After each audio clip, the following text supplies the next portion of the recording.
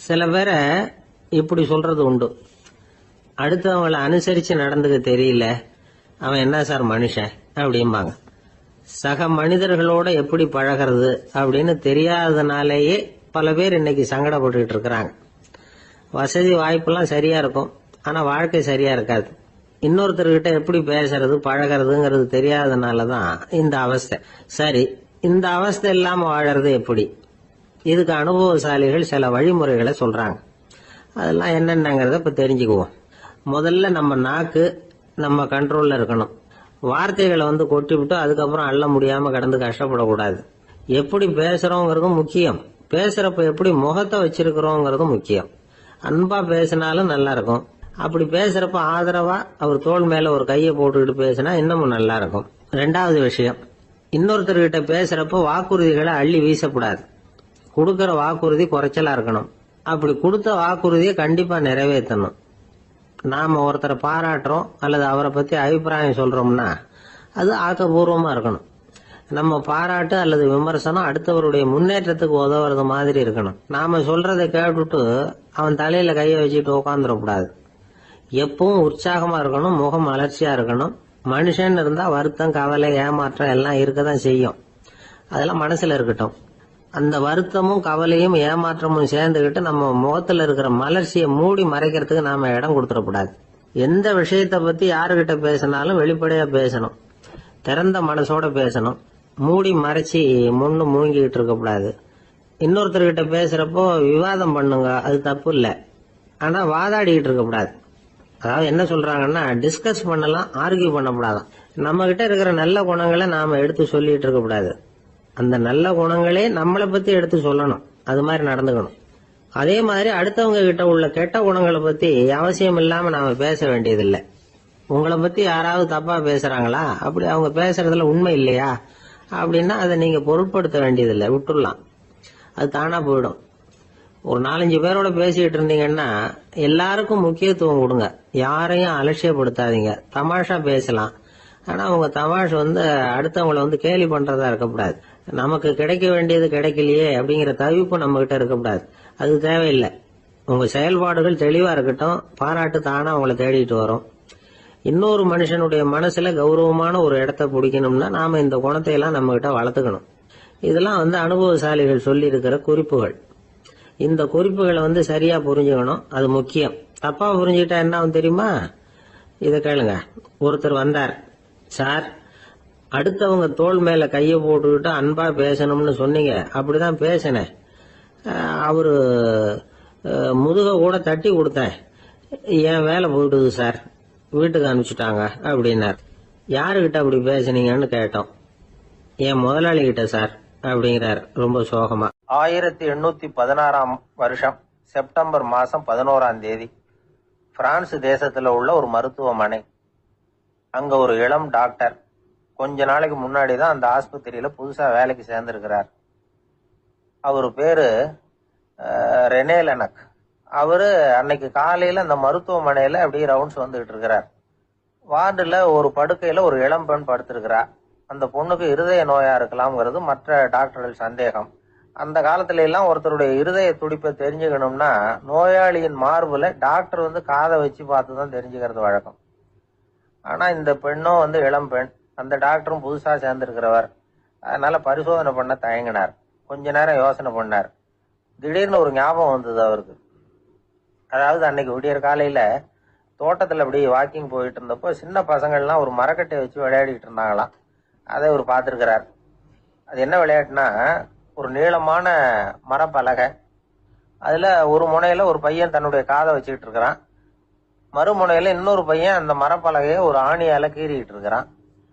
ஒரு முனையில ஆணியால கீறும் பொழுது மறுமுனையில காதை வச்சிருக்கிற பையனுக்கு அந்த சத்தம் துல்லியமா கேட்குது. அந்த டாக்டருக்கு காலையில பார்த்த இந்த விளையாட்டு ஞாபகத்துக்கு வந்துட்டு உடனே என்ன பண்ணாரு தெரியுமா? ஒரு நீளமான காகிதத்தை எடுத்தார். அதை அப்படியே உருளை மாதிரி உருட்டினார். ஒரு முனையை அந்த நோயாளியின் மார்புல இடது பக்கம் வச்சார், இன்னொரு முனையில தன்னுடைய காதை வச்சார். என்ன ஆச்சரியம்! நோயாளியின் மார்புல நேரடியா காதை வச்சு கேட்கறத விட துல்லியமா கேட்டது இதய துடிப்பு. இதய துடிப்பு மட்டும் இல்ல, மூச்சு இழுத்து விடுறது, திரவ பொருள்களின் அசைவு, எல்லா சத்தமும் தெளிவா கேக்குது. கிரேக்க மொழியில ஸ்டெத்தாஸ் அப்படின்னா மார்பு, ஸ்கோப்பின் அப்படின்னா பார்ப்பதுன்னு அர்த்தம். அதனால டாக்டர் ரெனே லெனக் தான் கண்டுபிடிச்ச கருவிக்கு ஸ்டெத்தஸ்கோப் அப்படின்னு பேர் வச்சார். அவரே முதல் மாடலையும் செஞ்சார். அளவு ரொம்ப பெருசா இருந்தது, சுலபமா எடுத்துட்டு போகிறது கஷ்டம், அது அவ்வளவு கஷ்டமா இருந்தது அது. அதனால அவரே அதை அப்புறம் 2 பிரிவா தயார் பண்ணார். இது 2 துண்டையும் டாக்டர் தன்னோட கோட்டு பாக்கெட்ல வச்சுக்கலாம், தேவைப்படுறப்ப எடுத்து ஒன்னா சேர்த்துக்கலாம். இப்படிதான் அவர் ஆரம்பத்துல பண்ணார். தன்னுடைய இந்த கண்டுபிடிப்பை பத்தி அவர் ஒரு புத்தகம் எழுதினார். நிறைய வித்துது, புகழும் பணமும் சேர்ந்தது. பணமும் புகழும் சேர்ந்தது மாதிரியே அவருக்கு ஒரு நோயும் சேர்ந்தது. அது என்ன நோயின்னு கண்டுபிடிக்கிறதுக்கும் அவர் கண்டுபிடிச்ச கருவிதான் உபயோகப்பட்டுதான். அவரே அதை கண்டுபிடிச்சார். அவருக்கு வந்திருந்தது காச நோய். 1826ஆம் வருஷம் ஆகஸ்ட் மாசம் 13ஆம் தேதி உலகத்தின் முதல் ஸ்டெதஸ்கோப்பை கண்டுபிடிச்ச டாக்டர் ரெனே லெனக் காலமானார். அவர் சாகறதுக்கு முன்னாடி மரத்தால செஞ்சு வச்சிருந்த ஸ்டெதஸ்கோப்பை தனக்கு வேண்டியப்பட்ட ஒரு டாக்டர் கிட்ட கொடுத்து, என்னுடைய சொத்துக்கள்லயே ரொம்ப வசந்தது அப்படின்னு சொன்னாராம். அதுக்கப்புறம் 3 வெள்ளைக்காரங்க சேர்ந்து இந்த கருவியில சில மாற்றங்களை பண்ணாங்க. ஆனா 1829 லண்டன்ல டாக்டர் நிக்கோலஸ்ங்கிறவர் ஒரு காதால இதய துடிப்பை கேட்கறத விட டாக்டர் 2 காதாலையும் கேட்கறது தான் சரியா இருக்கும் அப்படின்னு ஒரு கருத்தை வெளியிட்டார். அதுக்கப்புறம் ரொம்ப காலம் கழிச்சு 1852 ஜார்ஜ் காமான் அப்படிங்கிறவர் ரப்பர் டியூப்களை உபயோகப்படுத்தி 2 காதாலையும் கேட்கற மாதிரி ஒரு புதிய வடிவத்தை அதுக்கு கொடுத்தார். அதுக்கு பிறகு அது படிப்படியா எவ்வளவோ மாற்றங்கள் இருந்தாலும் ஆரம்பத்துல டாக்டர் ரெனே லெனக் உருவாக்கின அடிப்படை மாடலை யாரும் மாத்தி அமைக்கலைங்கிறது தான் முக்கியமான விஷயம். நமக்கு தெரிஞ்ச ஒரு ஆஸ்பத்திரி, அதுல ஒரு நோயாளி, காலை நேரத்துல நர்ஸு அந்த பக்கமா போயிட்டு இருந்தாங்க. அதை பார்த்துட்டு ஒரு நர்ஸுன்னு கத்துறாரு. நர்ஸ் அவசரமா ஓடி என்ன விஷயம்னு கேட்டாங்க. சிஸ்டர், இங்க பாருங்க, உங்க டாக்டரை என் நெஞ்சில ஒரு காதை வச்சு கேட்டுக்கிட்டு இருக்கிறார் அப்படின்னாரு நோயாளி. சிஸ்டர் பதட்டப்படாம, அதனால என்ன, இந்த டாக்டர் பழமையான விஷயங்கள்ல ரொம்ப நம்பிக்கை உள்ளவர், அதனால ஸ்டெதாஸ்கோப்பை உபயோகப்படுத்தாம காதை வச்சு கேட்கிறார், அது ஒன்றும் தப்பு இல்லை அப்படின்னாங்களாம். ஐயோ, அதுக்காக இல்லை சிஸ்டர், இவர் என் நெஞ்சு மேல தலையை வச்சது நேற்று ராத்திரி 9 மணி, இப்ப விடிஞ்சு போச்சு, இன்னமும் தலையை எடுக்கவே இல்லை, அதுக்காக தான் சந்தேகப்பட்டு உங்களை கூப்பிடுறேன் அப்படின்னாராம். ஒரு ஊர்ல ஒரு இளைஞன் இருந்தான். ஒரு நாள் அவன் ஒரு குருவை தேடிட்டு புறப்பட்டான். ஊரை விட்டு வெளியில போனான். போகிற வழியில ஒரு காடு. அந்த காட்டுல ஒரு மரத்தடியில ஒரு பெரியவர் உட்கார்ந்துருக்கிறார். அமைதியா மௌனமா அவர் அமர்ந்திருக்கிறார். இந்த பெரியவரை விசாரிக்கலாம், குருவை தேடி கண்டுபிடிக்கிறதுக்கு இவர் ஏதாவது ஒரு வழி சொல்லி கொடுப்பார் அப்படின்னு நினைச்சுக்கிட்டு அவரை நெருங்கினான். ஐயா, எனக்கு ஒரு குரு தேவை, எங்க கிடைப்பார், அவரை எப்படி அடையாளம் கண்டுபிடிக்கிறது, அதை பத்தி ஏதாவது விவரம் சொன்னீங்கன்னா நான் கண்டுபிடிச்சுக்குவேன் அப்படின்றான். பெரியவர் நிமிர்ந்து பார்த்தார். தம்பி, அது ரொம்ப சுலபம், அவர் வயசானவரா இருப்பார், என்னை விட சுமார் 30 வயசு அதிகமா இருக்கும், அவர் ஒரு மரத்தடியில் தான் உட்காந்துருப்பார் அப்படின்ட்டுருக்கான். சரிங்க பெரியவரே, அது என்ன மாதிரியான மரம், எப்படி இருக்கும் அப்படின்னு கேட்டிருக்கான். பெரியவர் அந்த விவரங்களையும் சொல்லியிருக்கிறாரு. அது மட்டும் இல்லை, சந்திக்கிற நாள், நேரம், வினாடி முதற்கொண்டு எல்லா விவரங்களையும் துல்லியமாக சொன்னாராம். இவ்வளவு விவரங்களை இவரால் எப்படி சொல்ல முடியுது அப்படின்னு இவனுக்கு ஆச்சரியம். இருந்தாலும் அந்த பெரியவர் கடைசியாக ஒரு விவரம் சொன்னார். அது என்ன தெரியுமா, எப்படியும் நீ அவரை சந்திக்கிறதுக்கு ஒரு 30 வருஷம் ஆகும் அப்படின்னு சொல்லிவிட்டாராம். ரொம்ப நன்றிங்க பெரியவரே அப்படின்னு சொல்லிவிட்டு அந்த இளைஞன் புறப்பட்டுருக்கான். இப்போ அவனுக்கு குரு பத்தின விவரம் எல்லாம் கிடைச்சிட்டுது, சந்திக்கிற நேரமும் தெரிஞ்சுட்டுது. ஆனா 30 வருஷம் அவரை தேடி அலைய வேண்டியிருக்குமே. அவன் தேட ஆரம்பிச்சான். காடு மலை எல்லாம் சுத்தி அலைஞ்சான். பல வருஷங்கள் தேடினான், அழுத்து போயிட்டான். கடைசியில அவனுக்கும் வயசாயிட்டுது. கடைசியில தன்னுடைய சொந்த ஊருக்கே திரும்பி போயிட்டு இருந்தான். அங்க ஒரு மரத்தடியில அவன் தேடிட்டு இருந்த குருநாதர் கிடைச்சார். யார் அவருன்னா, 30 வருஷத்துக்கு முன்னாடி வழி சொல்லி கொடுத்தாருல அதே பெரியவர். அவருக்கு இப்போ 30 வயசு அதிகமாக இருந்தது. அதே மரம், அன்னைக்கு பெரியவர் சொன்ன அடையாளம் இப்போ பொருத்தமா இருந்தது. இப்போ அந்த பெரியவர் சொன்னார், சரியா வந்து சேர்ந்துட்டேன், வா, உனக்காக தான் நான் இவ்வளவு காலமும் காத்துக்கிட்டு இருந்தேன் அப்படின்னாராம். என்ன சொல்றீங்கன்னு இருக்கான். 30 வருஷத்துக்கு முன்னாடி என்கிட்ட வந்தியே, அப்பவே என் காலம் முடிஞ்சு போயிருந்தது, அப்பவே என்ன உனக்கு அடையாளம் தெரியல, அதனால இவ்வளவு காலம் உனக்காக காத்துட்டு இருக்கும்படி ஆயிட்டுது அப்படின்னாராம். ஐயா, அப்பவே நீங்க சொல்லியிருக்கலாமே, இதுதான் 30 வருஷம் கழிச்சு நீ சந்திக்க போற இடம், நான் தான் உன்னுடைய குரு அப்படின்னு சொல்லியிருக்கலாமே அப்படின்னு இருக்கான். அந்த பெரியவர் சிரிச்சுக்கிட்டே இதுக்கு பதில் சொன்னாராம். நான் எவ்வளவோ விவரமா தான் சொன்னேன், நீ சரியா புரிஞ்சுக்கல. காரணம், அப்போ நீ போதுமான அளவுக்கு பக்குவம் பெற்றிருக்கவில்லை. அதனால புரியும் சக்தி இல்லாமல் போயிட்டுதப்போ 30 ஆண்டு காலம் நீ அலைஞ்சு தெரிஞ்சிருக்கிற. அது காரணமா இப்போ உனக்கு அந்த பக்குவம் வந்துட்டுது. அதனால தான் அடையாளம் காண முடிஞ்சது. நானே உன்னுடைய குரு அப்படின்னாராம். இதுல இருந்து என்ன தெரியுதுன்னா, ஆன்மீகத்துல மாணவனாக சேர்றதுக்கு கூட ஒரு பக்குவத்தன்மை தேவைப்படுது. ஒரு பெரிய ஞானி, அவர்கிட்ட சீடனா இருக்க ஒருத்தன் வந்தான், எதிரில் நின்னான். ஞானி அவனை வெகு நேரம் உற்று பார்த்தார். அப்புறம் சொன்னார், சீடனா இருக்கிறது ரொம்ப சிரமம்னார். நான் தயாரா இருக்கிறேன்னா.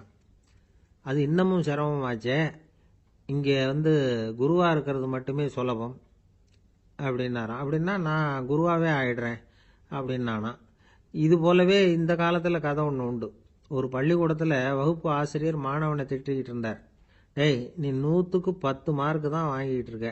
இவ்வளவு மோசமாக நீ படித்தா கடைசியில் மாடு மேய்க்கிறது கூட லாய்க்கு இல்லாதவனா ஆயிடுவேன். அதுக்கப்புறம் என்ன செய்ய போற அப்படின்னாராம். பையன் தலையை சொரிஞ்சுக்கிட்டே சொன்னானா, சார் அப்படின்னா ஒன்று செய்கிறேன் அப்படின்னானா. இவர் கேட்டிருக்கார், என்ன செய்ய போறேன்னு. வேற என்ன சார், உங்களை மாதிரி ஒரு ஆசிரியர் ஆயிடுறேன் அப்படின்னானா. காசியில் இருக்கிற கடவுள் காசி விஸ்வநாதர், அங்க இருக்கிற தேவி காசி விசாலாட்சி. இவங்க 2 பேரும் ஒரு நாள் பேசிக்கிட்டு இருந்தப்போ கடவுள் சொன்னார், இந்த மனிதர்களை நாம ரொம்பவும் நம்பிக்கையோட தான் படைச்சிருக்கிறோம். இருந்தாலும் அவங்களுக்கு தான் நம்பிக்கை இல்லை, எதுலேயும் ஒரு உண்மையான நம்பிக்கை இல்லாமல் வாழ்ந்துகிட்டு இருக்கிறாங்க அப்படின்னார். என்ன அப்படி சொல்றீங்க?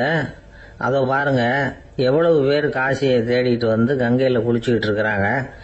அவங்கெல்லாம் நம்பிக்கை இல்லைன்னா இவ்வளவு தூரம் தேடிட்டு இங்கே குளிப்பாங்களா அப்படின்னு நாங்கள் தேவி. சரி, அதை சோதிச்சு பார்க்கலாம் அப்படின்னு 2 பேரும் முடிவு பண்ணிக்கிட்டாங்க. உடனே ஒரு திட்டம் போட்டாங்க. அது எப்படின்னா, நாம் 2 பேருமே பக்தர்கள் மாதிரி உருவத்தை மாற்றிக்கிட்டு கங்கை கரைக்கு போக வேண்டியது. நான் கங்கையில் இறங்கி குளிக்கிறேன். கொஞ்ச நேரத்தில் சுழலில் மாட்டிக்கிட்டது மாதிரி நடிக்கிறேன். நீ உடனே கரையிலிருந்து சத்தம் போடும், என்னோட வீட்டுக்காரரை யாராவது காப்பாற்றுங்களேன் காப்பாற்றுங்களேன்னு சத்தம் போடும். அதோட இன்னொன்று சொல்லு, யாராவது ஒரு புண்ணிய ஆத்மா அவர்கிட்ட போய் அவருடைய முடியை பிடிச்சி இழுக்கணும். அப்படி ஒரு சாபம் இருக்குது எங்களுக்கு. புண்ணிய ஆத்மா, அதாவது எந்த பாவமும் செய்யாத இல்லாத ஒருத்தர் தான் அவரை காப்பாற்ற முடியும். அப்படிப்பட்டவங்க யாராவது வெள்ளத்தில் குதிச்சு என்னுடைய கணவரை காப்பாத்துங்கோ அப்படின்னு நீ சத்தம் போடு, கூச்சல் போடு, என்ன நடக்குதுன்னு பார்க்கலாம் அப்படின்னார் கடவுள். சரின்னு சொல்லி 2 பேருமா சாதாரண பக்தர்கள் மாதிரி கங்கை கரைக்கு சேர்ந்தாங்க. அவர் இறங்கி குளிச்சார்.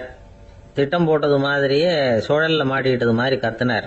கரையில் இருந்த அந்த அம்மா, ஐயோ என் கணவரை காப்பாத்துங்களேன், யாராவது காப்பாத்துங்களேன்னு கத்துனாங்க. பல பேர் ஓடி வந்தாங்க. உடனே இவங்க, பாவம் இல்லாத புண்ணிய ஆத்மா ஒருத்தரால தான் என்னுடைய கணவர் காப்பாற்றப்படணுங்கிறது விதி, அப்படி ஒரு சாபம் இருக்கு, அதனால புண்ணிய ஆத்மா யாராவது அவர்கிட்ட போய் அவர் முடியை பிடிச்சி தூக்குனா அவரை காப்பாற்றி விடலாம் அப்படின்னாங்க. இவங்க இப்படி சொன்னதும் எல்லாரும் திகைச்சு போய் நின்றுட்டாங்க. ஒவ்வொருத்தருக்கும் அவங்க செஞ்ச பாவம்லாம் ஒவ்வொன்றா ஞாபகத்துக்கு வர ஆரம்பிச்சுட்டுது. சரி, இதுக்கு நாம லாயக்கு இல்லை அப்படின்னு சொல்லி ஒதுங்கி போக ஆரம்பிச்சிட்டாங்க எல்லாம். இந்த சமயத்தில் யாரோ ஒருத்தர் வேகமாக ஓடி வந்தார். ஆற்றுல குதிச்சார். அவர்கிட்ட போனார், முடியை பிடிச்சார், தூக்குனார், அவரை காப்பாற்றி கரைக்கு கொண்டுட்டு வந்துட்டார். அப்படி காப்பாற்றின அந்த ஆளை இவங்க 2 பேரும் தனியாக கூப்பிட்டுக்கிட்டு ஒரு மண்டபத்துக்கு வந்துட்டாங்க. விசாரிக்கிறாங்க. நீ யாரப்பா அப்படின்னு கேட்குறாங்க. ஏதும் தெரியாத மாதிரி. நான் இந்த ஊர் அன்ன சத்திரத்தில் வேலை செய்கிற ஒரு சமையல்காரன் அப்படிங்கிறார். நீ கங்கையில் குளிக்கிறது உண்டான்னு கேட்டிருக்காங்க. நான் இந்த ஊர்லேயே தான் இருக்கிறேன், இருந்தாலும் தினமும் கங்கையில் குளிக்கிறது இல்லை, எப்பாவது ஒரு நாள் அங்கே குளிப்பேன் அப்படின்னார். கங்கையில் மூழ்கி எழுந்திரிச்சா பாவம்லாம் தொலையும்னு சொல்கிறாங்க. அப்படி இருக்கிறப்போ அங்கே இன்னைக்கு கங்கையில் குளிச்சுக்கிட்டு இருக்கிறவங்கெல்லாம் தங்களை புண்ணிய ஆத்மாவா நினைக்கல. கங்கையில் குளிக்காத நீ உன்னை புண்ணிய ஆத்மாவா நினைச்சு என்னை காப்பாற்ற வந்திருக்கிற, அது எப்படி அப்படின்னு கேட்டார். அதுக்கு அந்த ஆள் சொல்றான், கங்கையில் குதிச்சதுக்கு அப்புறம் தானே உங்களை காப்பாற்ற போறோம். அப்படி குதிக்கும் பொழுது என்னுடைய பாவம்லாம் போயிருக்கும்ல, நான் புண்ணிய ஆத்மாவா ஆயிருப்பேனே, அதனாலதான் துணிஞ்சு உங்களை காப்பாத்தினேன் அப்படின்னா.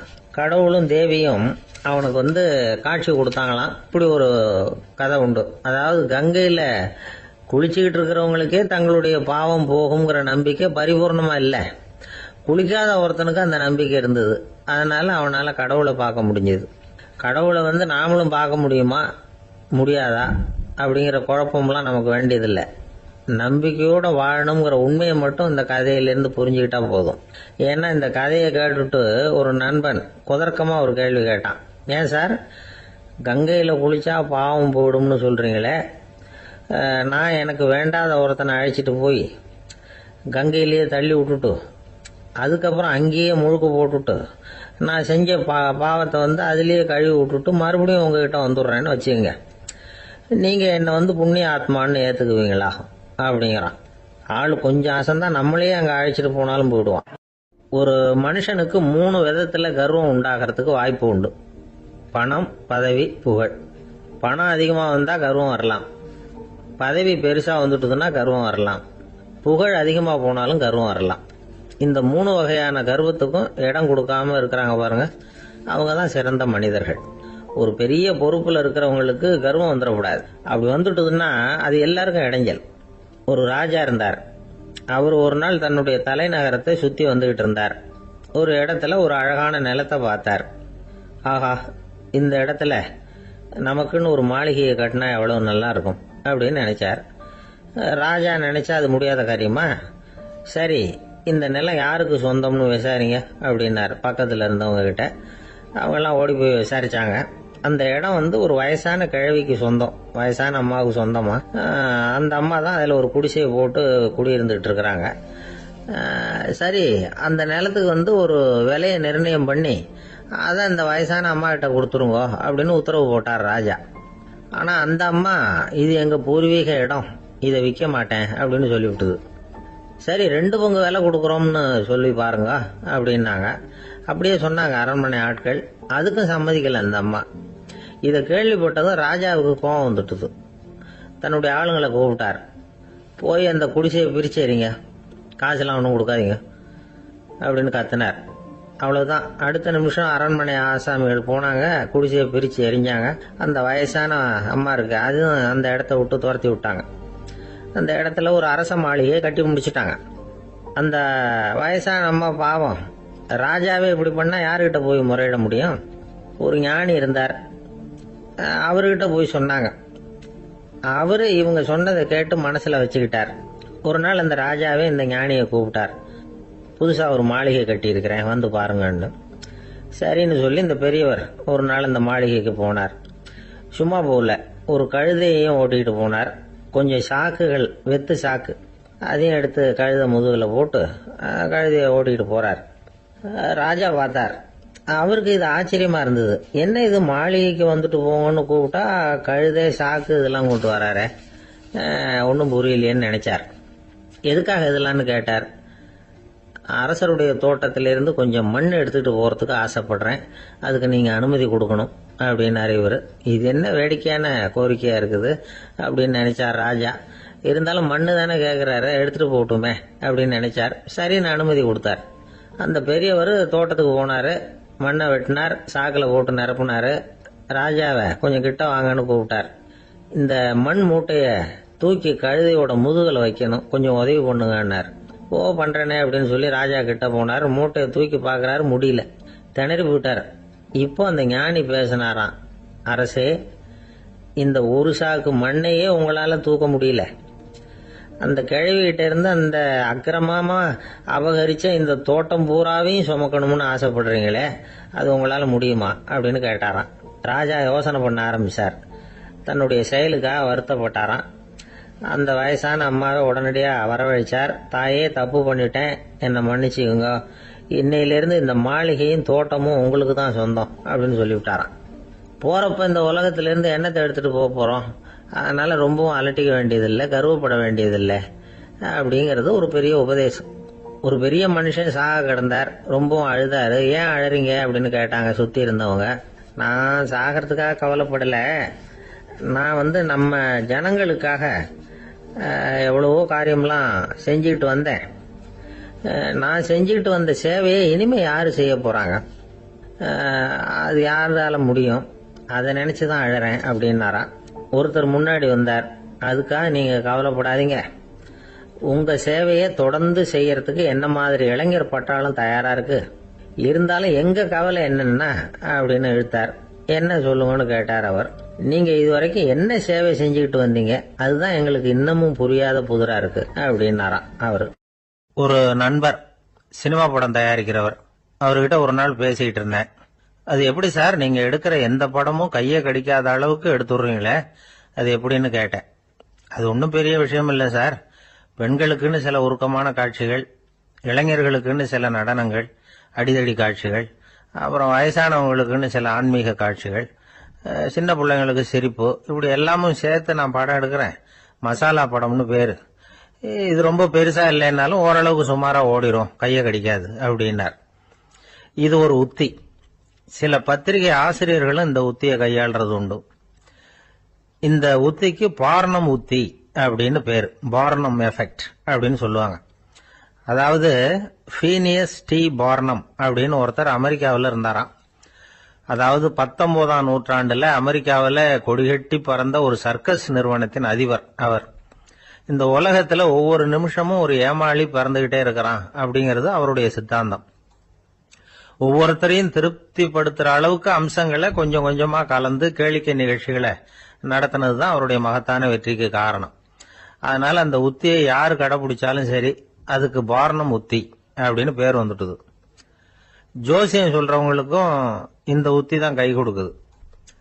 ஒரு விஷயத்த ஒருத்தருடைய கோள் நிலைகள் அல்லது கையெழுத்து நிரூபிக்கிறதாக அவர்கிட்ட சொன்னா அதை அவர் நம்பிவிடுவார். ஆனா அந்த விஷயம் நல்லதா இருக்கணும், நேர்மையானதா இருக்கணும், அதாவது பாசிட்டிவா இருக்கணும். 8ஆம் இடத்துல குரு, 9ஆம் இடத்துல சனி, நீங்க ஒரு பெரிய மேதை தான் அப்படின்னு சொல்லுவாங்க. கேட்கறவங்களுக்கு அதை மறுக்கிறதுக்கு மனசு வராது.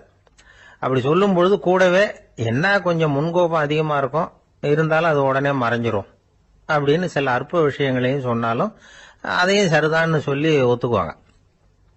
ஆளுமையை எடை போடுகிற ஒரு நிறுவப்பட்ட உத்தியின் மூலமாக தன்னுடைய குணாதிசயங்கள் கண்டுபிடிக்கப்பட்டதாக அவர் நம்புறதுதான் இதுக்கு காரணம். இந்த மாசம் பணத்தட்டுப்பாடு கொஞ்சம் இருக்கும், உடம்புல ஏதாவது கொஞ்சம் அசௌகரியம் இருக்கும், வீட்டுக்குள்ள லேசா மனஸ்தாபம் வரலாம், இது மாதிரி பொதுப்படையா சிலதை சொன்னாலே போதும், மக்களை நம்ப வச்சுடலாம். இதெல்லாம் நமக்கு மட்டும்தான் ஏற்படுது அப்படின்னு சொல்லி அவங்க நினைக்கிறது தான் காரணம். இதுதான் பார்னம் உத்திங்கிறது. மனிதர்கள் பாராட்டுகளை விரும்புறதும் விமர்சனங்களை வெறுக்கிறதும் பார்னம் உத்தியின் அடுத்த கூறு. அதனால ஒருத்தருக்கு ஜோசியம் சொன்னாலும் சரி, அவருடைய ஆளுமையை மதிப்பிடுறதாக இருந்தாலும் சரி, அவரை புகழற மாதிரி இருந்தாலும் சரி, அப்படி இருந்தாதான் அது சரியா இருக்கும். சாதகமான விஷயங்களை அதிகமாகவும் பாதகமான விஷயங்களை நாசூக்காவும் சொன்னா மக்கள் அதை நம்பிடுவாங்க. ஒருத்தரை கருமின்னு சொன்னா ஏத்துக்க மாட்டார். அதையே கொஞ்சம் மாத்தி நீங்க கொஞ்சம் சிக்கனமான ஆசாமி அப்படின்னு சொன்னா நீங்க சொல்றது சரிதான் சார் அப்படிம்பார். நீங்க பெரிய செலவாளி தான், இருந்தாலும் நல்ல விஷயங்களுக்கு தான் செலவழிப்பீங்க அப்படின்னு சொல்லணும்.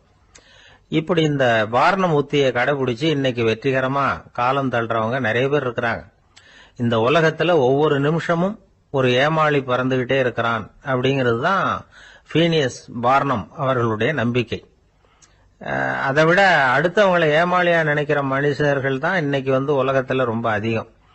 ஒருத்தர் தன்னுடைய மேல் அதிகாரிகிட்ட போய், ஐயா ஒரு நாள் லீவு வேணும், என் தங்கச்சிக்கு கல்யாணம் அப்படின்னார். அவரு பார்த்தார், ஒரு 10 நிமிஷம் வெளியில இருங்கன்னார். 10 நிமிஷம் கழிச்சு கூப்பிட்டார், இத பாருங்க நீங்க சொல்றது பொய், இப்போ உங்க தங்கச்சிக்கு போன் பண்ணேன், அவங்க தனக்கு 2 வருஷத்துக்கு முன்னாடியே கல்யாணம் ஆயிட்டதாக சொல்றாங்க அப்படின்னார். உடனே இவரு சொன்னார், சார் இப்போ நீங்க சொல்றதும் பொய்யாதான் இருக்கணும், ஏன்னா நிஜமா எனக்கு ஒரு தங்கச்சியே கிடையாது அப்படின்னார். ஒரே ஒரு ஊர்ல ஒரு ராஜா இருந்தார். அவர் பேர்ல மக்களுக்கு ரொம்ப மரியாதை. அவ்வளவு நல்லா ஆட்சி புரிஞ்சுக்கிட்டு வந்தார். அவருக்கு வயசாயிட்டுது. அதனால ஒரு நாள் அமைச்சரை கூப்பிட்டார், இத பாருங்க எனக்கு வயசாயிட்டுது, அதனால இந்த அரச பொறுப்பை எல்லாம் நீங்க ஏத்துக்குங்க அப்படின்னார். அதுக்கப்புறம் ராணியை கூப்பிட்டார், வா நாம இனிமே இங்க இருக்க வேணாம், காட்டுக்கு போய் தவம் பண்ணலாம் அப்படின்னு கூப்பிட்டார். இந்த செய்தி மக்களுக்கு அறிவிக்கப்பட்டது. மக்கள் உடனே கூட்டம் கூட்டமா அரண்மனைக்கு வர ஆரம்பிச்சுட்டாங்க. மன்னரை போய் பாக்குறாங்க. அரசே, தாங்கள் எங்களுக்கு தந்தை மாதிரி, நீங்க காட்டுக்கு போயிட்டா நாங்கள்லாம் இங்க எப்படி இருக்க முடியும், எங்களுக்கெல்லாம் எந்த துன்பமும் இல்லாம பாத்துக்கிட்டு வர்றீங்க, இது மாதிரியான ஒரு அரசாட்சி இல்லைன்னா மக்கள் வாழ்ந்து என்ன பயன் அப்படின்னாங்க. இருந்தாலும் என்ன பண்றது, வயசாயிட்ட காரணத்தினால இந்த முடிவுக்கு வர வேண்டி இருக்குது அப்படின்னாரா ராஜா. அப்படின்னா நீங்க காட்டுக்கு போக வேணாம், நாங்க போறோம். நாங்க அங்க போய் தவம் பண்றோம், வழிபாடு பண்றோம், கடவுள் வருவார், அவர்கிட்ட வரம் வாங்கிட்டு வந்துடுறோம் அப்படின்னாங்களாம். அப்படி சொல்லிவிட்டு உடனே எல்லாரும் காட்டுக்கு போனாங்க. நாட்டு மக்கள் எல்லாரும் ஒட்டு மொத்தமா வந்து காட்டுல உட்காந்துக்கிட்டு தவம் பண்றத பார்த்தார் கடவுள். உடனே புறப்பட்டு வந்தார். எல்லாரும் இப்படி வந்து உட்கார்ந்துருக்கிறீங்களே, என்ன வேணும் உங்களுக்கு அப்படின்னு கேட்டார். உடனே மக்கள் எல்லாரும் ஒரு குரல்ல சொன்னாங்க, சுவாமி, எங்கள் மன்னன் ரொம்ப நாளைக்கு நல்லபடியா இருக்கணும், அவர் வந்து மகிழ்ச்சியாகவும் உடல் நலத்தோடும் இருந்தாதான் நாங்க அமைதியா வாழ முடியும் அப்படின்னாங்க. சரி, அதுக்கு என்ன செய்யணும் அப்படின்னாரு ஆண்டவன்.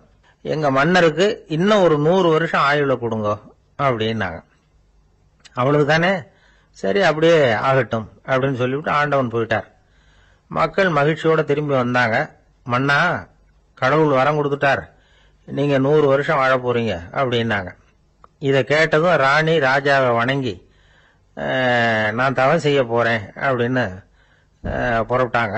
உடனே மக்கள் என்ன நினைச்சாங்க தெரியுமா? ஐயோ, நாம ராஜாவுக்கு மட்டும்தானே நீண்ட ஆயுள் வேணும்னு வரம் வாங்கணும், ராணிக்கு வாங்கலையே, அதுதான் கோபத்துல புறப்பட்டாங்க போல இருக்கு அப்படின்னு நினைச்சு வருத்தப்பட்டாங்க. ஆனா ராணி நினைச்சது அது இல்ல. ராணி போய் தவம் பண்ணாங்க, கடவுள் காட்சி கொடுத்தார். இவங்க கேக்குறாங்க, சுவாமி, ராஜாவுக்கு மட்டும் 100 வருஷம் ஆயுள்னு வரம் கொடுத்துட்டீங்க, அப்படின்னா குடிமக்களும் 100 வருஷம் இருக்கணும். இப்படிப்பட்ட குடிமக்கள் இல்லைன்னா அப்படிப்பட்ட அரசன் இருந்து என்ன பிரயோஜனம் அப்படின்னாங்களாம். ஆண்டவன் பார்த்தார், சரி அவங்களும் 100 வருஷம் வாழ்வாங்க, அது மட்டும் இல்ல நீயும் 100 ஆண்டு காலம் வாழ வரமளிக்கிறேன் அப்படின்னு சொல்லிவிட்டு மறைஞ்சிட்டார். இதுல ஆண்டவன் வர்றதும் மறையறதும் முக்கியம் இல்ல. இதுல கவனிக்க வேண்டியது ஆள்கிறவனின் விசாலமானம், குடிமக்களின் விசாலமானம், ஆள்கிறவன் மனைவியினுடைய விசாலமானம். இப்படி ஒரு நாடு இருந்துட்டுதுன்னா எப்படி இருக்கும் வாழ்க்கை நினைச்சு பாருங்க. அதனாலதான் பெரியவங்க எல்லாம் சொல்றாங்க, இதய வாசல் திறந்தே இருக்கணும், இதயத்தின் கதவுகளை மூடாதீங்க அப்படின்னு சொல்லுவாங்க. என்கிட்ட ஒருத்தர் சொன்னார், என்னுடைய இதய வாசல் எப்பவும் திறந்தே தான் இருக்குதுன்னார்.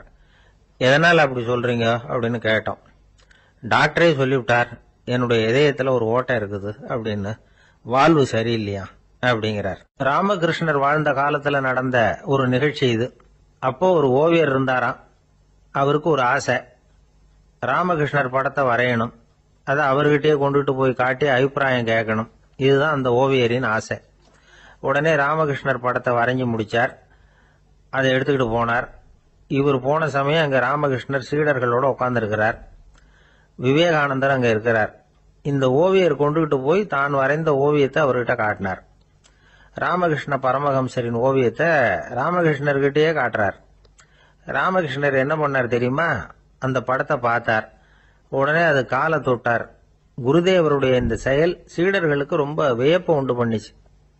சில பேர் மனசுக்குள்ளேயே ரொம்ப குழம்பி போக ஆரம்பிச்சிட்டாங்க, என்ன இப்படி பண்றாரு, என்ன இது அவரோட படம், அவரே அவரோட படத்தின் காலை தொடுறார் அப்படின்னு யோசிச்சாங்க. சில பேர் ஒன்னும் புரியாம ஒருத்தர் பார்த்து சிரிச்சுக்கிட்டாங்க. அந்த இடத்துல சீடர்கள் மட்டும் இல்ல, சீடர் அல்லாத பல பேர் இருந்தாங்க. தன்னுடைய காலை தானே தொடர இவருடைய செயல் பற்றி என்ன நினைக்கிறது அப்படின்னு அவங்களும் குழம்பி போய் நிக்கிறாங்க. அந்த படத்தை வரைஞ்சி அவர்கிட்ட காட்டின அந்த ஓவியருக்கும் அதிர்ச்சி. இருந்தாலும் அவர் சீடர் கிடையாது. அதனால கொஞ்சம் துணிச்சலை வர வச்சுக்கிட்டு கேட்டார், என்னங்க இது, என்னால என்னுடைய கண்களையே நம்ப முடியல, இது உங்க சொந்த உருவப்படம், நீங்க உங்க சொந்த கால்களையே தொடறீங்க, இது எங்களுக்கு கொஞ்சம் சங்கடமா இருக்குதே அப்படின்னார். ராமகிருஷ்ணரின் கண்கள்ல ஆனந்த கண்ணீர் வழிஞ்சுதான். அவர் சொன்னாராம், இது என்னோட படம்ங்கிறது எனக்கு தெரியும், ஆனா இது என்னோட படம்ங்கிறதுனால நான் இதோட காலை தொடல, நீ என்னுடைய சமாதி நிலைய இந்த படத்துல படம் பிடிச்சு காட்டியிருக்கிற, அதனால அதோட காலை தொடறேன். சமாதி நிலையில யார் இருந்தாலும், அது என்னுடைய படமா இருந்தாலும் சரி அல்லது வேற யாருடைய படமா இருந்தாலும் சரி, படம் யாருதுங்கிறது முக்கியம் இல்ல. இதுல எது முக்கியம்னா அது தன்னை உணர்ந்த ஒரு உணர்நிலையின் படம். அப்படி இருக்கிறப்போ அதோட காலை நான் தொடணும். அதுக்கு நீங்க எல்லாரும் ஏன் சங்கடப்படுறீங்கன்னு எனக்கு தெரியல அப்படின்னாராம். இப்பதான் அங்க இருந்து சீடர்களுக்கும் மற்றவங்களுக்கும் விவரம் புரிஞ்சுதான். இதுக்கு முன்னாடி யாரும் செய்யாததை இவர் செஞ்சிருக்கிறார், ஆனா அவருடைய காரணம் ரொம்ப நியாயமானது அப்படிங்கறத உணர்ந்தாங்களாம். இதுவரைக்கும் ஆன்மீகத்துல சமாதி நிலை, அதாவது தன்னை உணர்ந்த நிலை பற்றி புரிஞ்சுக்கிட்டோம். இல்லறத்துல ஏற்படக்கூடிய சமாதி நிலை பற்றி உங்களுக்கு தெரியுமா? ஒரு அம்மா டாக்டர் கிட்ட வந்து சொன்னாங்களாம், டாக்டர், என் வீட்டுக்காரருக்கு உடம்புல ஏதோ கோளாறுன்னு நினைக்கிறேன். நான் எவ்வளவு நேரம் பேசினாலும் காதுல விழாதது மாதிரி உட்கார்ந்துருக்கிறார் அப்படின்னு ஆகலாம். அதுக்கு அந்த டாக்டர் சொன்னாராம், அம்மா, அது உடம்பு கோளாறு இல்ல, அது ஒரு பெரிய திறமை அப்படின்னாராம். ஒரு கடற்கரை ஓரம், அங்க ஒரு சின்ன கிராமம். அந்த கிராமத்துல ஒரு சின்ன பள்ளிக்கூடம். கடற்கரை ஓரத்துல உள்ள ஒரு விடுதியில ஓய்வுக்காக ஒருத்தர் வந்து தங்கி இருக்கிறார். பள்ளிக்கூடத்துல ஏதோ விழா நடக்கிறது மாதிரி தெரிஞ்சது. உடனே அவர் அந்த பக்கமா வந்தார். இங்க என்ன நடக்குதுன்னு விசாரிச்சார். பள்ளி ஆண்டு விழா நடக்குதுன்னாங்க. உடனே போனார். கண்காட்சி ஒன்று வச்சிருந்தாங்க. உள்ள போய் பார்த்தார். பள்ளிக்கூடத்தில் படிக்கிற மாணவர்களை சொந்தமா தயார் பண்ண பொருள்களை காட்சிக்கு வச்சிருக்கிறாங்க. அந்த ஊர் மக்கள்லாம் அதை கூட்டம் கூட்டமா போய் பார்த்துக்கிட்டு இருக்கிறாங்க. இவரும் ஆர்வமா அதையெல்லாம் பார்த்துக்கிட்டே போறார். ஒரு இடத்துல ஒரு சின்ன ரயில் செஞ்சு வச்சிருந்தாங்க, மாணவர்களை தயார் பண்ணது. மின்சாரத்தால் அது ஓடுறது மாதிரி பண்ணி வச்சிருந்தாங்க. அதுல ஒரு சின்ன பொத்தான் இருக்கும், அது அமுக்குனா ரயில் ஓடும், சுத்தி சுத்தி வரும். மாணவர்கள் எதிரில் நின்று அதுக்கு விளக்கம் கொடுத்துக்கிட்டு இருக்கிறாங்க.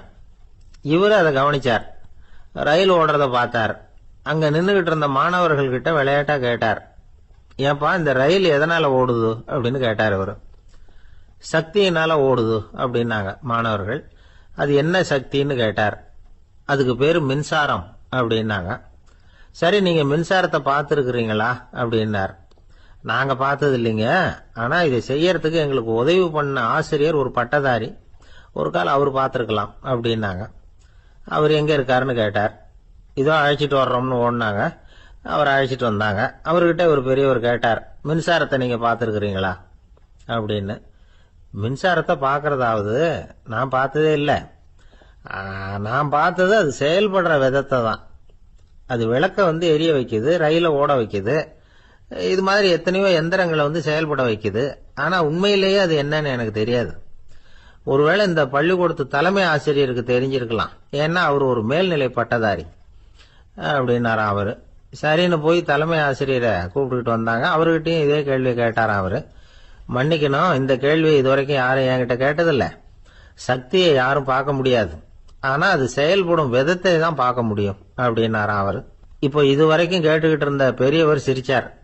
சிரிச்சுட்டு சொன்னாராம், சரி, அதுக்காக ஒன்றும் கவலைப்படாதீங்க, என்னுடைய பெயர் தாமஸ் ஆல்வா எடிசன் அப்படின்னாராம். இதை கேட்டதும் அங்க இருந்தவங்களுக்கெல்லாம் அதிர்ச்சி, ஆச்சரியம். என்னது, நீங்க தானா எடிசன்? நீங்க எவ்வளவு மின்சார கருவிகளை உண்டாக்கி இருக்கிறீங்க, நீங்களா இந்த கேள்வியை கேட்டது அப்படின்னாங்களாம். ஆமா, நான் தான் கேட்கிறேன், ஏன்னா நானே மின்சாரத்தை பார்த்தது கிடையாது அப்படின்னாராம் அவரு. அன்புங்கிறது இப்படிப்பட்டதுதாங்கிறார் ஓஷோ. அன்புங்கிறது நம்ம உடற்கூறு அமைப்புல இல்லை, அது நம்ம உடம்புல உள்ள சுத்த சக்தியின் வெளிப்பாடு. அதை உணரத்தான் முடியுமே தவிர பார்க்க முடியாது. அன்பே உன்னை வந்து நான் என் இருதயத்தில் வச்சிருக்கிறேன் அப்படின்னு எல்லாம் சொல்லுவான். இதெல்லாம் சும்மா. இது வந்து டாக்டர்கள் சொல்ற இருதயம் கிடையாது. அது வந்து ரத்தத்தை தள்ளுகிற ஒரு கருவி, அவ்வளவுதான். ஞானிகள் சொல்லுகிற இதயம் வேற, அது கண்ணுக்கு புலப்படாத ஒரு சக்தி. என்னுடைய இதயம் ரொம்ப விசாலமானது சார் அப்படின்னார் ஒருத்தர். அப்படிங்களான்னு ரொம்ப மரியாதையா, ஆமாங்க, டாக்டர் அப்படிதான் சொல்றார், கொஞ்சம் வீங்கி போய் பெருசா இருக்குதான் அப்படின்னார். ஒரு அரசன், அவனுக்கு வயசாயிட்டுது. அதனாலேயே இந்த கவலை, பயம் எல்லாமும் அதிகமாயிட்டுது. மரண பயம், ராத்திரியில சரியா தூங்க முடியல, இப்படி ஆயிட்டுது நிலைமை. அந்த அரசன் ஏற்கனவே எப்படின்னா, போர்க்களங்கள்ல எத்தனையோ பேரை ஓட ஓட விரட்டி இருக்கிறான். இருந்தாலும் இப்ப அந்த துணிச்சல்லாம் எங்கேயோ போயிட்டுது. பேசாம படுத்திருக்கிறான். அப்படியே படுத்தாலும் தான் தூக்கம் வர மாட்டேங்குது. என்ன பண்ணலாம்னு யோசிச்சான் இந்த மன்னன். உடனே எல்லா அமைச்சர்களையும் கூப்பிட்டான். எனக்கு வந்து நிம்மதி இல்லை, எதை நினைச்சாலும் பயமா இருக்கு, எனக்கு ஒரு ஆலோசனை சொல்லுங்க அப்படின்னா. என்ன ஆலோசனை வேணும் அப்படின்னு சொல்லி கேட்டாங்க. எனக்கு ஒரு நெருக்கடியான சந்தர்ப்பம் ஏற்பட்டு போச்சுன்னு வச்சுக்கோங்க. அந்த நேரத்துல நீங்க யாருமே என் பக்கத்துல இல்ல ஆலோசனை சொல்றதுக்கு அப்படின்னா, அந்த சமயத்துல எனக்கு உபயோகப்படுற மாதிரி ஒரு வாசகம், பொன்மொழி ஏதாவது சொல்லுங்க, அதை நான் என்னுடைய வைர மோதிரத்துக்கு அடியில பதிச்சு வச்சுக்கிறேன் அப்படின்னார். தேவைப்படுறப்போ உதவும் அப்படிங்கறதுனால. அவர் போட்டிருந்த மோதிரமும் அதுக்கு தகுந்த மாதிரியே திறந்து மூடுறது மாதிரி அமைஞ்சிருந்தது. ஏதாவது வாசகம் எழுதுனா உள்ற வச்சுக்கலாம், அதுக்கான வசதி அதுல இருந்தது. அமைச்சர்கள்லாம் யோசனை பண்ணாங்க, இது மாதிரி ராஜா கேட்கிறாரு, என்ன வாசகம், அதாவது பொன்மொழி சொல்லலாம் அப்படின்னு எல்லாரும் யோசனை பண்ணாங்க. ஒருத்தருக்குமே சரியா தோணல, ஒரே குழப்பமா இருந்தது. ஏன்னா நெருக்கடியான சமயத்துல உபயோகப்படுறது மாதிரி ஒரு பொன்மொழி வேணும்னு சொல்லியிருக்கிறார். அப்படி இப்படி யோசிச்சு பார்த்தா ஒண்ணுமே தோணல. எல்லாரும் குழம்பிக்கிட்டு இருந்த நேரத்துல ஒரு பெரியவர் அந்த பக்கமா வந்தார். அவர் சொன்னார், நான் வேணும்னா அதுக்கு பொருத்தமா ஒரு வாக்கியம் சொல்றேன், ஆனா ஒரு நிபந்தனை. அதை யாரும் ரொம்ப ஆர்வம் காரணமா அவசரப்பட்டு படிச்சிடக்கூடாது. அதை ரகசியமா அந்த மோதிரத்துக்குள்ள எழுதி வச்சுக்கணும். எப்பவாவது இக்கட்ல மாட்டிக்கிற சமயத்துல மட்டும் வேற வழியே இல்லை அப்படிங்கிற நிலைமையில மட்டும்தான் அதை திறந்து பார்க்கணும். அப்படி நீங்க இருக்கிறதா இருந்தா நான் அதை சொல்றேன் அப்படின்னாரு அந்த பெரியவர். சரின்னு ஒத்துக்கிட்டாங்க எல்லாரும். அதே மாதிரி அவர் ஒரு வாக்கியத்தை சொன்னார். அவர் சொன்ன வாக்கியத்தை ரகசியமா மோதிரத்துக்குள்ள பதிச்சு மூடியாச்சு.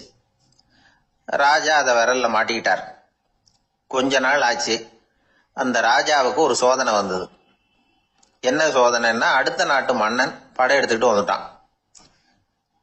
அவன் இவர்கிட்ட ஏற்கனவே தோத்து போனவன், ஒரு வெறியில வந்திருக்கிறான். தோற்று போனவன் மறுபடியும் சண்டைக்கு வந்தா எப்படி வருவானோ அப்படி வர்றான்.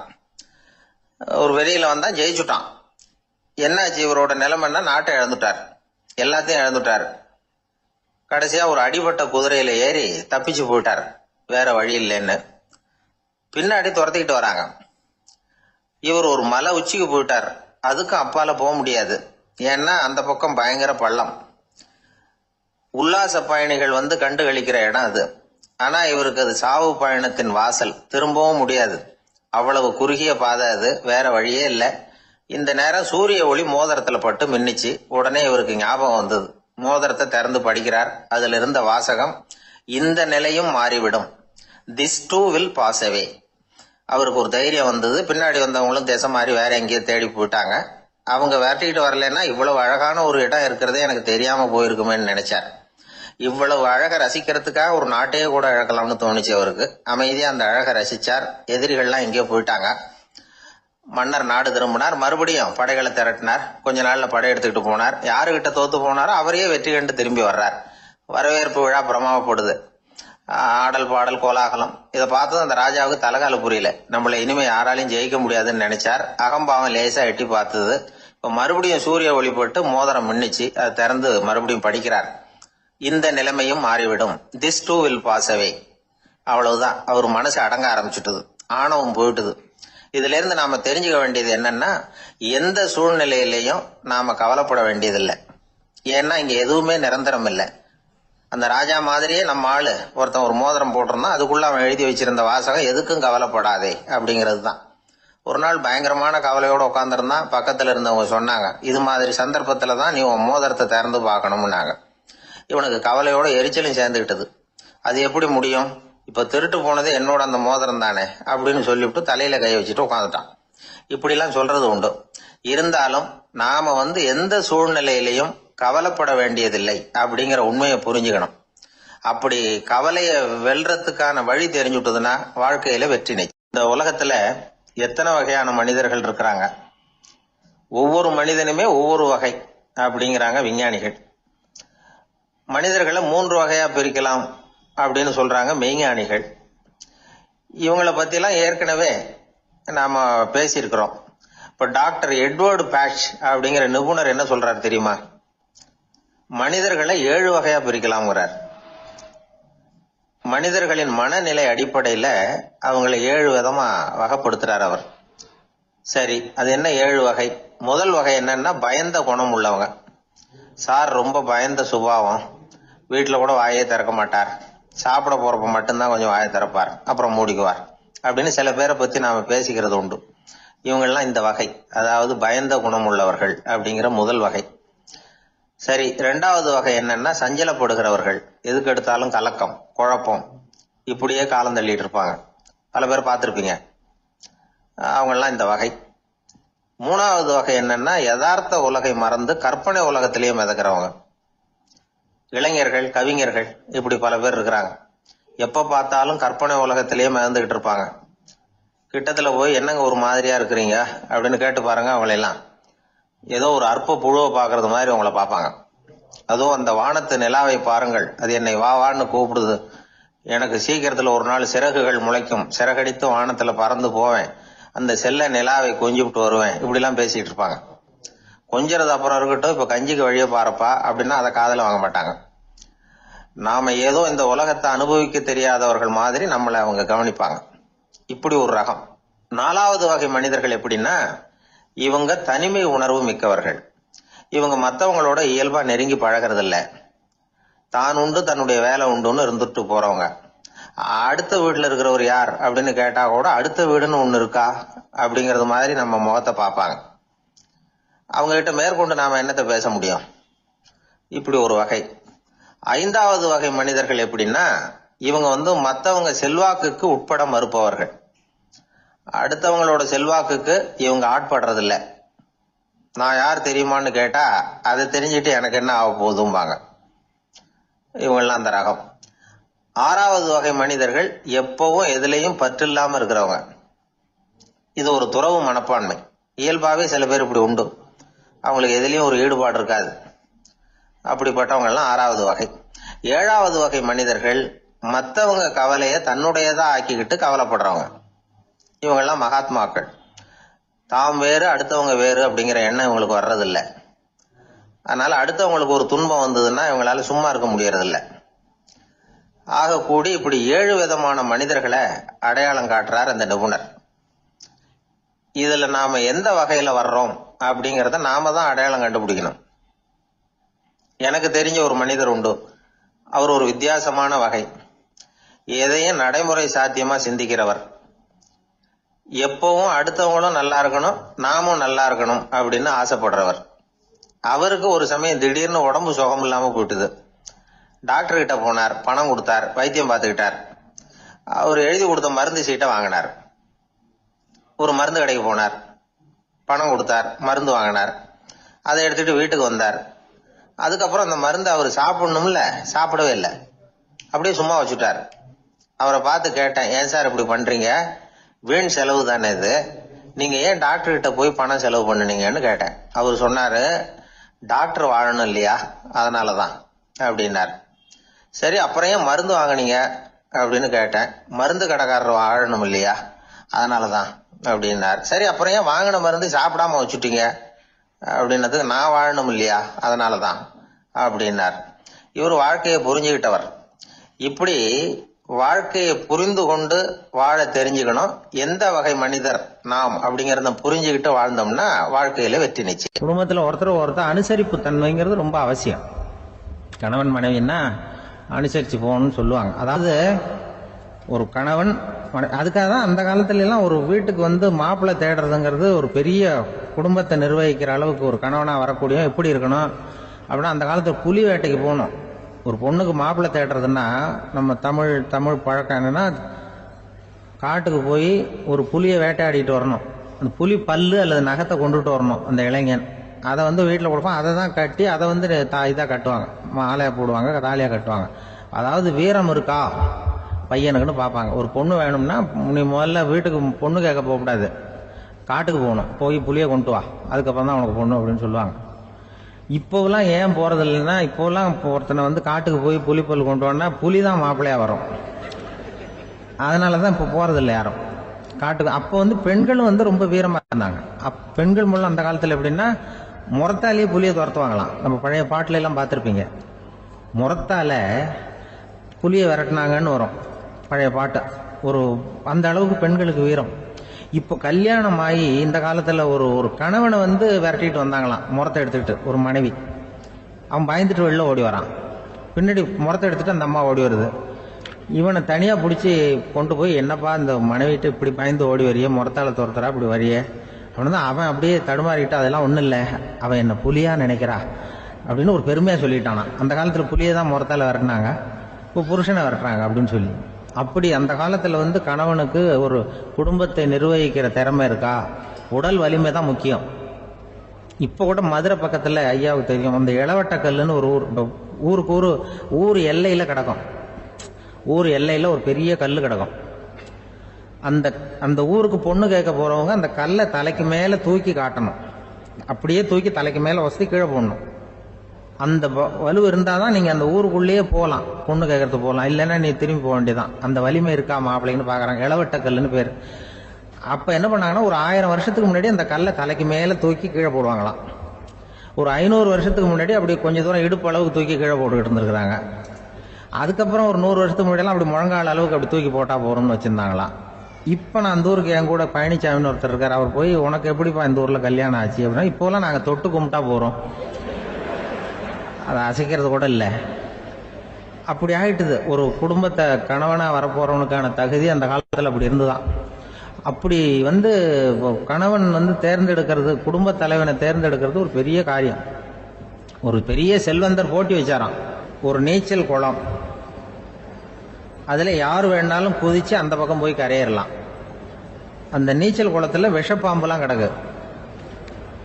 யார் துணிஞ்சி அந்த விஷப்பாம்பு இருக்கிற குளத்துல குதிச்சு அந்த பக்கம் போய் கரையேறானோ அவனுக்கு ஒரு 100 ஏக்கர் நிலம் கொடுப்பேன்.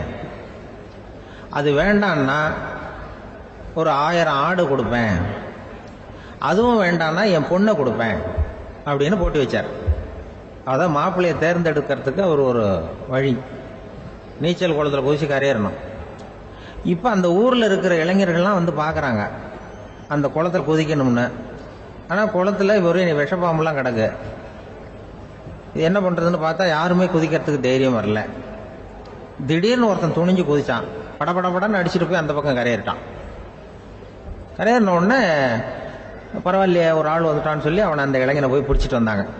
அந்த பெரியவர் கேட்டார், ஏப்பா இவ்வளவு பெரிய விஷப்பாம்பெல்லாம் கிடக்கிற நீச்சல் குளத்தில் நீ துணிஞ்சு குதிச்சு கரையேறி இருக்கிற, உனக்கு என்ன 1000 ஏக்கர் நிலம் கொடுத்துருவா, 100 ஏக்கர் நிலம் கொடுக்கவா சொல்கிறப்படி அப்படின்னா, வேண்டாம் சார்ன்றிருக்கான். ஓஹோ அப்படின்னா ஒரு 1000 ஆடு வேணுமா உனக்கு அப்படின்னா, அதுவும் வேண்டாம் சார். ஓ அப்படின்னா என் பொண்ணு வேணுமா அப்படின்னா, அதுவும் வேண்டாம் சாருங்கிறான். அப்புறம் எதுக்குடா குதிச்சுன்ட்டு, என்ன உனக்கு என்ன தான் வேணும் அப்படின்னு கேட்டிருக்காரு. என்னை எவன் பிடிச்சி தள்ளி விட்டவன்னு தெரியணும் அப்படின்றான். அதுக்காக அவன் பார்த்துருக்கான். அப்படி இருந்தால் தான் துணிச்சல் வரும் இந்த காலத்தில். எதுக்கு இவ்வளவு சங்கடம்லாம் வச்சாங்கன்னா, ஒரு குடும்பத்துக்கு தலைவராக வர வேண்டிய ஒரு ஆள், கணவனாக இருக்க வேண்டியவனுக்கு துணிச்சல் இருக்கா, தைரியம் இருக்கா அப்படிங்கிறது பார்க்கறதுக்காக இப்படிப்பட்ட தேர்வு முறைகள்லாம் வச்சுருந்தாங்க அந்த காலத்துலலாம். இப்போலாம் கல்யாணம் பண்ணுறது ஆளுக்கு நேரில் பார்க்காமலே கூட கல்யாணம் நடக்குது இன்டர்நெட்டில். இப்போ சர்டிஃபிகேட் கேட்குறாங்க, நோய் நொடி இல்லாமல் இருக்காரா பாரு, காட்டுக்கெல்லாம் போக வேண்டாம், நேராக ஆஸ்பத்திரிக்கு போய் ஒரு சர்டிஃபிகேட் வாங்கிட்டு வா, உனக்கு ஒன்றும் வியாதி இல்லைன்னு ப்ரூவ் பண்ணு, அதுக்கப்புறம் பார்த்துக்கலாம், மற்றதை பேசுவோம் அப்படின்னு சொல்லி அப்படி இருக்குது நிலைமை. அதனால் குடும்பத்தில் அந்த கணவனாக இருக்கிற வேண்டியவனுக்கு பொறுப்பு அதிகம். ஏன்னா எல்லாத்தையும் அனுசரித்து போக வேண்டியதாக வந்தான். ஒரு நண்பர் யாருக்கோ ஃபோன் பண்ணிட்டு இருந்தார். அவர் பேசி முடிச்சதும் நான் அவரை பார்த்து, இப்போ ஃபோன் பண்ணீங்களே அந்த ஃபோன் நம்பர் என்ன அப்படின்னு கேட்டேன். அவரு தலையை சொரிஞ்சுக்கிட்டார், ஞாபகம் வரலன்னார். சரி சார் அதை விடுங்க, உங்க மனைவி பேர் என்ன அப்படின்னு கேட்டேன். மாலதின்னார். என்ன சார் இது வேடிக்கை, கொஞ்ச நேரத்துக்கு முன்னாடி பேசின ஃபோன் நம்பர் மறந்து போச்சு, எப்பவோ கல்யாணம் பண்ணிக்கிட்ட மனைவி பேர் மறக்கல, அதான் கரெக்டா சொல்லிவிட்டீங்களே அப்படின்னு கேட்டேன். அவரு என்ன ஒரு மாதிரியா பார்த்தார். அவரு அப்படி என்ன பார்த்ததுல ஒன்றும் தப்பு இல்லை, ஏன்னா நாம எல்லாருமே அப்படித்தானே, ஒரு குறிப்பிட்ட காரியத்துக்காக தொலைபேசியில ஒருத்தட்ட பேசுறோம், அதுக்கப்புறம் அந்த எண் நமக்கு அனாவசியம், அதனால மறந்துடுறோம். இதுக்கு பேர் தான் தற்காலிக ஞாபகம். ஆனா மனைவி பேரை மறந்துட முடியுமா? முடியாது. அது அவசியமான ஒண்ணு. அடிக்கடி அந்த பேரை உபயோகப்படுத்துறோம், அதனாலேயும் அது முக்கியங்கிறதுனாலேயும் அதை மறக்கிறது இல்லை. இதுக்கு பேரு நிரந்தர ஞாபகம்.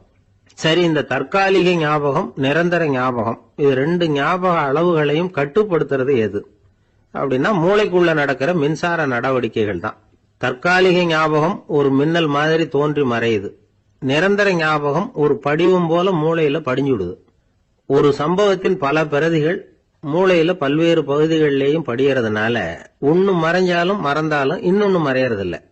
இப்படிப்பட்ட நிலைமையில தான் இந்த தொண்டையில இருக்கு வாயில வரமாட்டேங்குது சார் அப்படிமா. ஒருத்தருக்கு எந்த துறையில ஆர்வமும் ஈடுபாடும் அதிகமோ அது சம்பந்தமான ஞாபக சக்தி அதிகமா இருக்கும். தொழிலை விரும்புகிற ஒரு டெலிபோன் ஆபரேட்டருக்கு எண்கள்லாம் நல்ல ஞாபகம் இருக்கும். அது மாதிரி கவிஞர்களுக்கு வார்த்தைகள் நல்ல ஞாபகத்தில் இருக்கும். இது ஒரு பக்கம் இருந்தாலும் ஒரு மூளை எண்களை விட எழுத்துக்களை விட படங்களை ரொம்ப சுலபமா ஞாபகத்துல வச்சுக்குது. புரிஞ்சுக்கிற தன்மை, அனுபவம், புத்தி கூர்மை இது கூடி குறையறத பொறுத்து ஞாபக சக்தியும் ஏறும் இறங்கும். இப்ப உதாரணத்துக்கு ஒரு பையனுக்கு படிச்சது எதுவும் ஞாபகத்துல இல்லைன்னா அவன் அதை சரியா புரிஞ்சுக்கலன்னு அர்த்தம். இந்த மறதிங்கிறது எந்த சமயத்துல ஒரு பிரச்சனை ஆகுது தெரியுமா? உங்களுக்கு வேண்டியப்பட்ட ஒருத்தரை ஞாயிற்றுக்கிழமை சாயந்தரம் சரியா 5 மணிக்கு கடற்கரைக்கு வர சொல்லிவிட்டு அந்த நேரத்தை மறந்துட்டா அது பரவாயில்ல, வர சொன்னதையே மறந்துட்டாதான் நிலைமை மோசம்னு அர்த்தம். இப்படி இருந்தா இது சிகிச்சை எடுத்துக்க வேண்டிய நிலைமைங்கிறத புரிஞ்சுக்கணும். ஆமா, இதுக்கும் மருந்து இருக்கு. ஆனா மூளை குறிப்பிட்ட அளவுக்கு கீழே இயங்குறப்போ இன்னொன்னு சொல்லுவாங்க, இந்த நியூரோ டிரான்ஸ்மிட்டர் அப்படின்னு சொல்லுவாங்க. அப்படிங்கிற மூளை ரசாயனம் ரொம்பவும் குறைஞ்சு போறப்போ மட்டும்தான் உபயோகப்படும். டாக்டர் என்ன சொல்றாங்க தெரியுமா?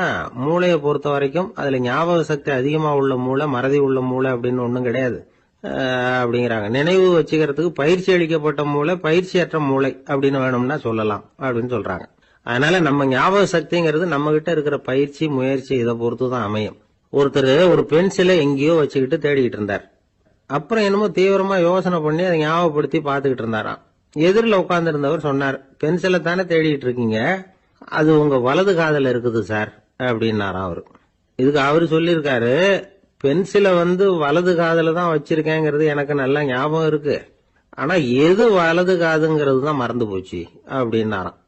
அவர் அதை தான் யோசிச்சுட்டு இருந்தார். இப்போ எப்படின்னா, ஒரு 600 வருஷத்துக்கு முன்னாடி மனுஷனுக்கு இருந்த நெருக்கடி இருக்கு பாருங்க. ஒரு 600 வருஷத்துக்கு முன்னாடி மனுஷனுக்கு எவ்வளவு நெருக்கடி இருந்ததோ அது போல 40 பங்கு இப்போ அதிகமாயிட்டு தான் கண்டுபிடிச்சு சொல்லியிருக்கிறாங்க. அவ்வளவு நெருக்கடிக்கு மத்தியில் நாம் வாழ்ந்துகிட்டு இருக்கிறோம். ஒரு 600 வருஷத்துக்கு முன்னாடி என் தலையில் 1 கிலோ வச்சுக்கிட்டு நின்னேன்னு வைங்க, இப்போ 40 கிலோ வச்சுக்கிட்டு நிற்கிறேன். அப்படி ஒவ்வொரு மனுஷனுக்கும் வாழ்க்கையில் நெருக்கடி அதிகமாக போச்சு. இப்போ இந்த நெருக்கடியில் முன்னாடிலாம் யாரோ ஒருத்தர் தான் தியானம் பண்ணுவாங்க. தியானம்னா ஒருத்தர் 2 பேர் காட்டுக்கு போய் தியானம் பண்ணிட்டு இருப்பாங்க 600 வருஷத்துக்கு முன்னாடி. இப்போ வீட்டுக்கு வீடு தியானம் நடக்குது. ஏன்னா அந்த அளவுக்கு வாழ்க்கையில் ஒரு நிம்மதி வேணும் அப்படின்னு சொல்லி பண்ணிட்டாங்க. அதுக்கு தான் இயற்கை கொடுத்துருக்கிற ஒரு இயற்கையான வைத்தியம் தான் சிரிப்புங்கிறது. இதை பற்றி பெரியவங்கள்லாம் இப்போ ஆராய்ச்சி பண்ணிட்டு இருக்கிறாங்க. சிரிப்புங்கிறது நாம் பிறந்து ஒரு 6 மாசத்துல தான் முதல் தடவையாக விவரமாக சிரிக்க ஆரம்பிக்கிறோமா. நம்ம பிறந்து 6 மாசத்துக்கு, அதாவது முதல் தடவை சிரிக்க ஆரம்பிக்கிறது ஒரு 6வது வாரம், 1.5 மாசத்துல தான் குழந்தை விவரமாக சிரிக்க ஆரம்பிக்குது. அப்புறம் அப்படியே சிரிக்க ஆரம்பிக்கிறோமா. அதெல்லாம் இப்போ கணக்கு எடுத்துருக்குறாங்க. ஒரு குழந்தை ஒரு நாளைக்கு 200 தடவை சிரிக்குதான் ஒரு குழந்தை. பெரியவங்கெல்லாம் 15 தடவை சிரிக்கிறாங்களாம். 200 தடவை சிரிச்சுக்கிட்டு இருந்த நாம அப்படியே குறைஞ்சி 15 ஆயிட்டு. அதனால தான் இருதய நோயெல்லாம் வருது, ஹார்ட் அட்டாக்லாம் வருதுன்னு கண்டுபிடிச்சிருக்கிறாங்க. 200 சிரிப்புக்கு அது இயல்புத்தன்மை, மனுஷனுடைய இயல்புத்தன்மை சிரிக்கிறது. அதுக்கு ஜோக்கே தேவைப்படாது. ஆனால் இப்போ காலங்காலமாக நாம் என்ன போதிக்கப்பட்டு வந்திருக்கிறோம்னா, சிரிப்புங்கிறது ஒரு பாவமான செயல். ஒரு முதலாளிக்கு முன்னாடி தொழிலாளி சிரிச்சா மரியாதை குறைச்சல், ஒரு கணவனுக்கு முன்னாடி மனைவி சிரிச்சா மரியாதை குறைச்சல், அது மாதிரி ஒரு வாத்தியாருக்கு முன்னாடி பையன் சிரிச்சா மரியாதை குறைச்சல், ஒரு ஆபீசருக்கு முன்னாடி பியூனு சிரிச்சா மரியாதை குறைச்சல், இப்படின்னு சொல்லி சிரிப்புங்கிறது ஏதோ மரியாதை குறைவான செயல்னு காலங்காலமாக நாம் போதிக்கப்பட்டு வந்திருக்கிறோம். இப்போ மரபு ரீதியாகவே அந்த சிரிப்பு நம்மகிட்ட சிறைப்பட்டு இருக்குதான், அடங்கி போச்சு. அந்த சிறைப்பட்டு இருக்கிற சிரிப்பை வெளியில் கொண்டு வர்றதுக்கு தான் ஜோக்குன்னு ஒரு சாவியை போட வேண்டியிருக்கு. வேற இந்த ஜோக்குக்கும் சிரிப்புக்கும் சம்பந்தம் இல்லை. அதை ஏற்கனவே இருக்கிறத வெளில கொண்டு வரதுக்கு ஒரு சாவி மாதிரி உபயோகப்படுதுன்னு இப்போ அதை பற்றி ஆராய்ச்சி பண்ணுறவங்களாம் சொல்கிறாங்க. ஏன்னா சிரிப்புக்கு ஜோக்கு தேவைப்படாது. இப்போ ஒரு குழந்தை தொட்டிலில் படுத்துருக்குன்னு வைங்களேன், குழந்தை தொட்டிலில் இருக்குது, அது முகத்துக்கிட்ட போய் ஒரு கிளுகிழுப்பை ஆட்டுங்க சிரிக்கும். அந்த கிளுகிழுப்பை சத்தமே சிரிக்க வைக்கிறதுல அதுதான் மனுஷனுடைய இயல்புத்தன்மை. அது என்ன ஜோக்காது? சத்தம். ஒரு கிளுகிழுப்பையை கொண்டு போய் குழந்தை முகத்துக்கிட்ட ஆட்டினா சிரிக்குதே, அதுதான் இயல்புத்தன்மை. அதே கிளுகிழுப்பையை ஒரு தாத்தா மூஞ்சிட்டு ஆட்டுங்க, கோவம் வந்துடும், அடிக்க வருவார். என்னடா விளையாட்டு இது அப்படிமாரு. ஏன்னா அவர் சிரிச்சுக்கிட்டு இருந்தவர், அப்படி இருந்தவர் ஒரு காலத்தில். ஒரு கிளுகிழுப்பைக்கு சிரிச்சவர் ஒரு காலத்தில் இப்போ கோவப்படுறாருன்னா அந்த அளவுக்கு நம்ம மாறி போயிட்டே வந்துட்டு இருக்கிறோம். அதனால அந்த இயல்புத்தன்மை மாறாமல் இருக்கணுங்கிறது ரொம்ப முக்கியம். அதுக்காக எல்லாரையும் குழந்தையாக்க முடியாது. மனுஷன் எல்லாரும் இனிமேல் வயசுங்கிறது கூட ஆகிட்டே தான் இருக்கும். அதுக்காக குறைச்சிக்கிட்டே போக முடியாது. அதுக்கு யாராவது மருந்து கண்டுபிடிச்சாதான் உண்டு. ஆனால் ஒருத்தர் மருந்து கண்டுபிடிச்சாராம், சொல்லுவாங்க. ஒரு டாக்டர் வந்து ஒரு மாத்திரை கண்டுபிடிச்சாராம். ஒரு மாத்திரை சாப்பிட்டா ஒரு வயசு குறையும், ஒரு மாத்திரை சாப்பிட்டா ஒரு வயசு குறையும் அப்படின்னு ஒரு மாத்திரையை கண்டுபிடிச்சிருக்காரு. ஒரு பாட்டி அம்மா, 90 வயசு பாட்டி, அது போயிருக்கு. அதே டாக்டர்கிட்ட போய், ஐயா எனக்கு ஒரு பாட்டில் மாத்திரை கொடுங்க, இந்த வயசு குறையிற மாத்திரை அப்படின்றது. அவர் ஒரு பாட்டில் கொடுத்தாரு மாத்திரை. பாரும்மா பாட்டியம்மா, ஒரு மாத்திரை சாப்பிட்டா ஒரு வயசு குறையும், எடுத்துகிட்டு போகணும்னு கொடுத்துருக்காரு டாக்டர். இந்த 90 வயசு பாட்டி எடுத்துகிட்டு வீட்டுக்கு வந்துட்டு மறுநாள் அதே டாக்டர்கிட்ட போயிருக்கு. 30 வயசு பொண்ணாக போச்சான். 30 வயசு பொண்ணாக மாறி அதே டாக்டர்கிட்ட போயிருக்கு. இடுப்பில் ஒரு கை குழந்தை, அது சட்டை கிட்ட போடாமல் கெட்டவரில் வாயில் வச்சுட்டு உட்காந்துருக்கு. நேராக டாக்டர்கிட்ட போய், டாக்டர் நேற்று வந்தேன், ஏதோ ஒரு மாத்திரை சாப்பிட்டா ஒரு வயசு குறையும், நீங்கள் நான் ஏதோ ஒரு ஆர்வத்தில் ஒரு 30-40 மாத்திரை சாப்பிட்டேன், இப்படி ஆகிட்டேன் அப்படின்னு. இப்போ டாக்டர் சொல்லியிருக்காரு, இதுக்கு ஏமா வருத்தப்படுற, எல்லாரும் வந்து வயசு குறையணும்னு தான் நினைக்கிறாங்க, உனக்கு வயசு குறைஞ்சிட்டுது, நீ சந்தோஷப்படு, இதுக்கே மறுபடியும் என்னட்ட வந்திருக்கிற அப்படின்னாரான் டாக்டர்.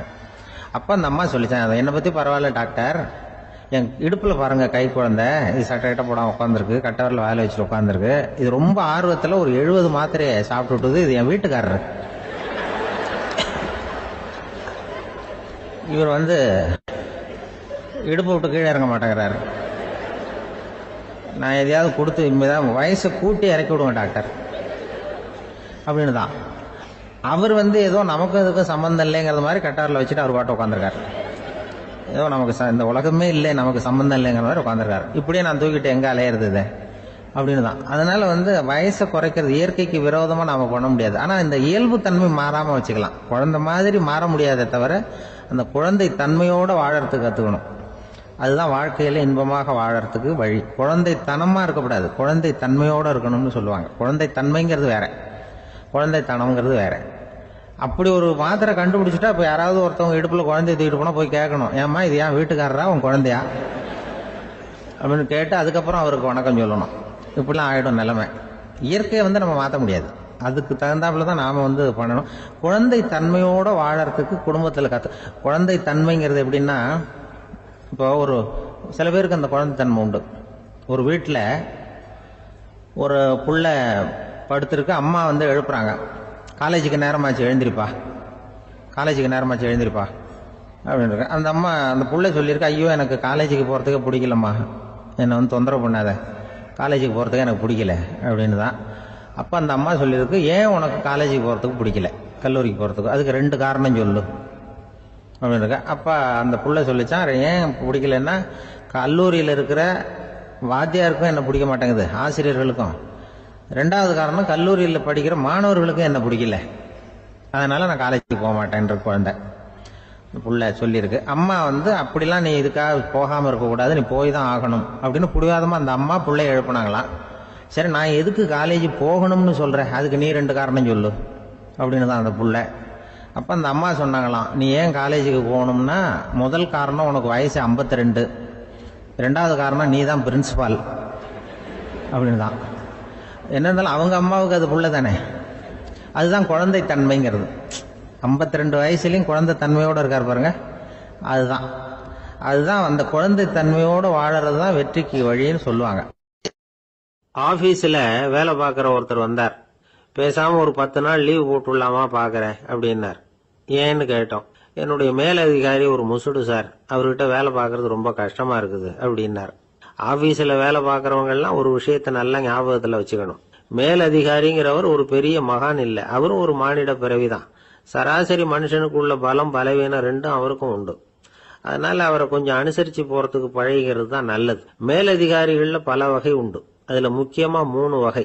அதுல ஒரு வகை எப்படி தெரியுமா, உங்களை வந்து ஒரு வேலை செய்யற மெஷினா மட்டுமே நினைக்கக்கூடிய வகை. இவங்கெல்லாம் எப்படின்னா, எங்கேயாவது வெளியூர் போயிருந்தா கூட அங்கிருந்து போன் பண்ணுவாங்க, அந்த வேலை என்னாச்சு இந்த வேலை என்னாச்சு அப்படின்னு. இவங்களுக்கெல்லாம் உங்க நலனை பத்தியோ உங்க குடும்பத்தை பத்தியோ அக்கறை இருக்காது. நீங்க சொல்ற யோசனை எதுவும் இவங்க கிட்ட எடுபடாது. கொடுத்த வேலையை பாரு, நீ எனக்கு புத்தி சொல்ல வேணாம் அப்படிம்பாங்க. இவங்களை அனுசரிச்சு போறதுக்கு ஒரே வழி, இவங்க எதை சொன்னாலும் சரின்னு சொல்லிவிட்டு வேலையை கவனிக்க வேண்டியதுதான். இவங்க கிட்ட வேற எந்த கேள்வியும் கேட்டுக்கிட்டு இருக்கக்கூடாது. ஆமா சாமி போடுறது கௌரவ குறைச்சல் இல்லை, அது ஒரு அலுவலக சௌகரியம், அவ்வளவுதான். இன்னொரு வகையான மேலதிகாரிகள் எப்படி தெரியுமா, இவங்கெல்லாம் ஆபீஸ் வேலையை பத்தி அதிகமா கவலைப்பட்டுக்கிட்டு இருக்க மாட்டாங்க. தங்களுடைய சொந்த இமேஜ் பாதிக்கப்படக்கூடாதுங்கிறதுலயே கவனமா இருப்பாங்க. இவங்கெல்லாம் அடிக்கடி உங்க நலனை விசாரிப்பாங்க. அதே மாதிரி நீங்களும் அவரை விசாரிக்கணும்னு எதிர்பார்ப்பாங்க. இந்த ரக அதிகாரிகளுக்கெல்லாம் புது வருட வாழ்த்து அனுப்பலாம், பிறந்த நாள் வாழ்த்து அனுப்பலாம். அவருக்கு எங்கேயாவது ஒரு பாராட்டு விழா நடந்தா முதல் வரிசையில போய் உட்காந்து உங்க முகத்தை காட்டலாம். ஆபீஸ் வேலையை மட்டுமே பார்க்கிற பணியாளர்கள் இது மாதிரி அதிகாரிகள் கிட்ட நல்ல பேர் வாங்க முடியாது. இன்னொரு வகையான மேலதிகாரிகள் உண்டு. அவங்க எப்படின்னா ஆபீஸ் வேலையை பத்தியும் கவலைப்பட மாட்டாங்க, தனக்கு கீழே வேலை பார்க்கறவங்கள பத்தியும் கவலைப்பட மாட்டாங்க. எக்காரணம் கொண்டும் தன்னுடைய பொசிஷனுக்கு ஆபத்து வந்துடக்கூடாதுன்னு நினைக்கக்கூடியவங்க இவங்க. இவங்களால கடுமையான வேலை செய்யவும் முடியாது, தீர்மானிக்கவும் முடியாது. எந்த முடிவையும் எடுக்காம அப்படியே தள்ளி போட்டுக்கிட்டே போடுவாங்க எல்லாத்தையும். இதனால என்ன ஆகும்னா இவருக்கு கீழே வேலை பார்க்கிற உங்களுக்கு பொறுப்பு அதிகமாயிடும். இவங்க கிட்ட போய் பிரச்சனையை மட்டும் சொல்லி பிரயோஜனம் இல்லை, அதுக்கான முடிவுகளை நீங்களே சொல்லணும். அப்பதான் இது மாதிரி அதிகாரிகள் கிட்ட நல்ல பேர் வாங்கலாம். அட்லீஸ்ட் கெட்ட பேர் வாங்காமலாவது காலம் தள்ளலாம். ஆபீஸ்ல வேலை பார்க்கறவங்க முக்கியமா சில விஷயங்களை ஞாபகத்துல வச்சுக்கணும். ஆபீஸ்ல நடக்கிற நல்லது கெட்டது எதுவா இருந்தாலும் உடனடியா மேலதிகாரி கிட்ட தெரிவிக்கிறது நல்லது. மூன்றாவது மனிதர் மூலமா அதை அவர் தெரிஞ்சுக்கிறது அவ்வளவு நல்லது இல்லை. எந்த மேல் அதிகாரியுமே தான் இந்த சர்பாஸ் செய்யப்படுறத விரும்புறதில்லை. அதனால அவருக்கு தெரியாம மேலிடத்துக்கு மணி எழுதி போடக்கூடாது. அப்படி எழுதி போடுறவங்க சில பேர் இருக்கிறாங்க. நீங்களும் உங்க மேலதிகாரியும் தொழில் ரீதியா ஒரே படிப்பு படிச்சவரா இருக்கலாம். அப்படி இருந்ததுன்னா அட்ஜஸ்ட் பண்ணி போறது கொஞ்சம் கஷ்டம்தான். இதை மனசுல வச்சுக்கிட்டு நடந்துக்கணும். உங்களுக்கும் அவருக்கும் அபிப்பிராய பேதமா, அது அவருக்கும் உங்களுக்கும் உள்ள தனிப்பட்ட பிரச்சனை. அதை விளம்பரப்படுத்திட்டு இருக்க கூடாது, அது அவருடைய கோபத்தை கிளறும். உங்க மேலதிகாரி உங்க கூட படிச்சவரா இருக்கலாம், அதுக்காக அவர் எல்லாருக்கும் முன்னாடி அடைய கிச்சாமி எப்படிடா இருக்க அப்படின்லாம் கேட்டுக்கிட்டு இருக்க கூடாது. பொதுவா யாரும் அதை விரும்புறதில்ல. இவ்வளவையும் உங்க மனசுல வச்சுக்கிட்டு கொஞ்சம் சாமர்த்தியமா நடந்துகிட்டீங்கன்னா ஆபீஸ் உங்களுக்கு அவஸ்தையா இருக்காது, ஆனந்தமா இருக்கும். ஒரு மேலதிகாரி தன்கிட்ட வேலை பார்க்கிற ஒருத்தரை பத்தி ரொம்ப பெருமையா சொன்னாராம். எங்க ஆபீஸ்ல எவ்வளவோ பேர் வேலை பார்க்கறாங்க, எல்லாரும் தினமும் ஏதாவது பிரச்சனைகளை சொல்லிட்டு இருப்பாங்க. ஆனா இவர் ஒருத்தர் மட்டும்தான் இது வரைக்கும் என்கிட்ட எந்த பிரச்சனையும் சொன்னதே இல்லை. அவர் பாட்டுக்கு வருவார், வேலை பார்ப்பார், போயிடுவார் அப்படின்னாராம்.